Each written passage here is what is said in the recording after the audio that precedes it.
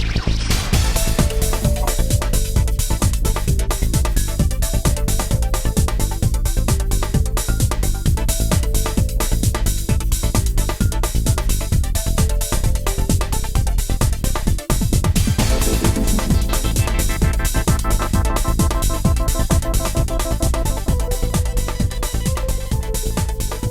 now I'm enrolled in the journalism program, so any pieces of media you see going out to the public here at Mohawk College, we're pretty much responsible for.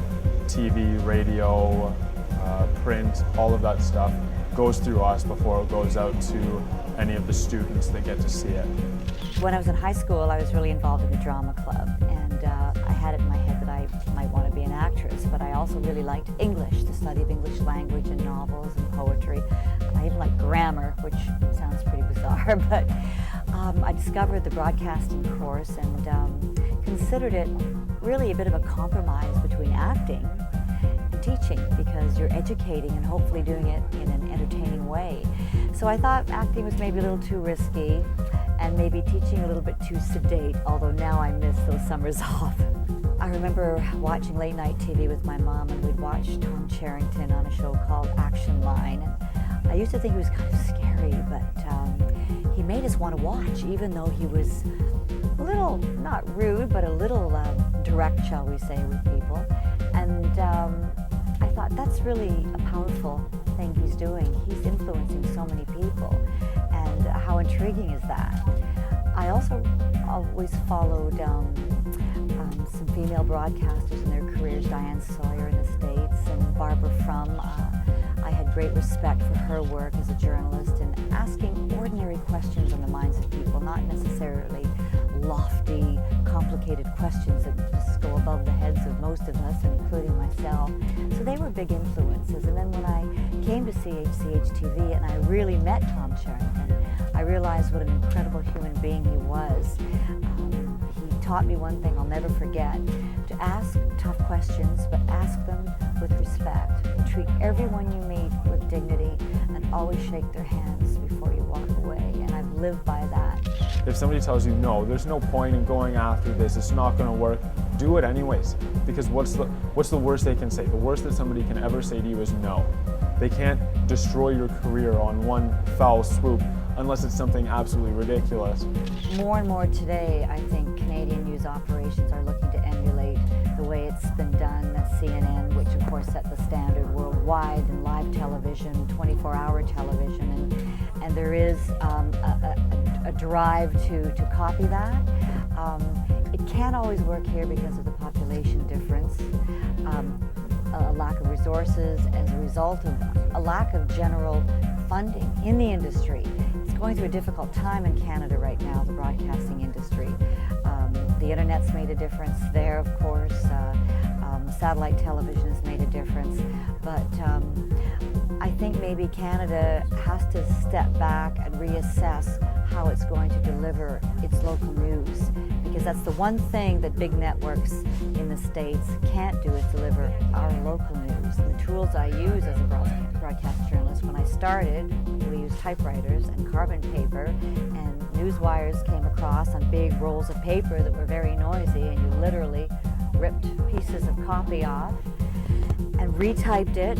It's totally revolutionized broadcasting in the way we do our job and the way a journalist collects news. It's so much easier getting information. You used to have to go to the library and look it up in a book. You don't have to do that anymore. It's so much easier today. You had to physically go somewhere all the time to gather information. Now it's just a keystroke, of course. That's made it easier. The learning curve has been a challenge, as it is in any industry dependent on technology. That's a downside. Every day you're learning to do a new program or a new function. So the learning curve has been constant, but that's one thing that is a good teacher in broadcast journalism, because technology will always change. So that's been huge. When we're out and we're shooting on tape, that's so different. We used to have big film cameras with separate sound boxes, and the physical demands of broadcast journalism have become much easier in that way.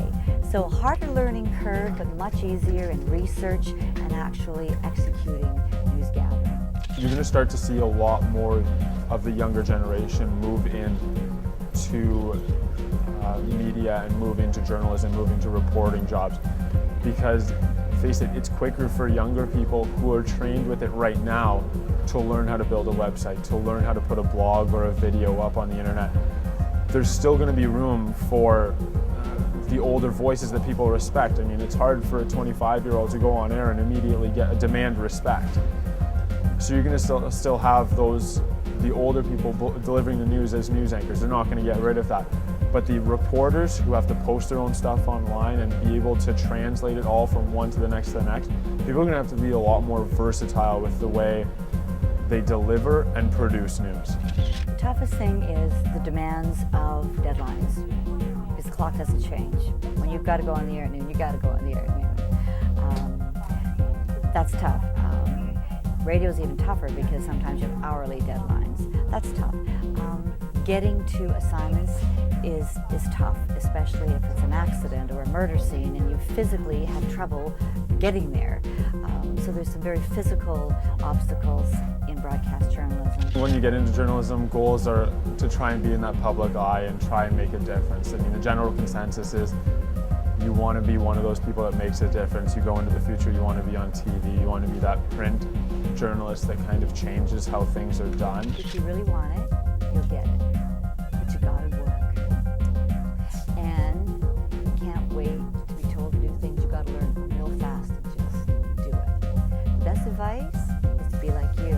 Do what you're doing and not complain about it. Hold up a camera like this till your arm is breaking with notes on your lap and an earpiece in your ear. If you can be a one-man show and really learn all aspects of broadcasting, you're going to be flexible and you're going to understand what it's like for the guy next to you. It's really important to understand what everyone goes through and what their jobs are. And the more functions you can do, the more versatile you'll be, the more confidence you'll have.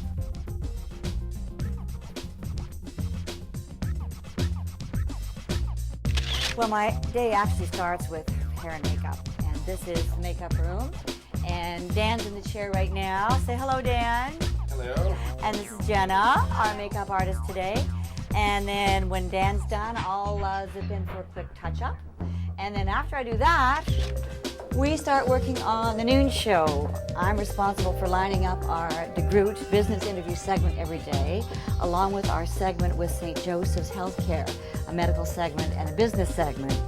I meet with our producer, James, and we talk about whatever the big stories are, not only in the newscast, but also in business and health, and I work away on those. And then I put together some updates that run in the 11 o'clock hour.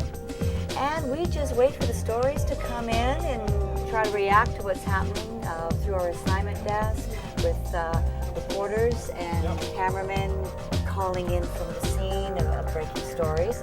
And we spend a lot of time in front of this monitor. The next thing you're going to see is us go into the studio when it's showtime.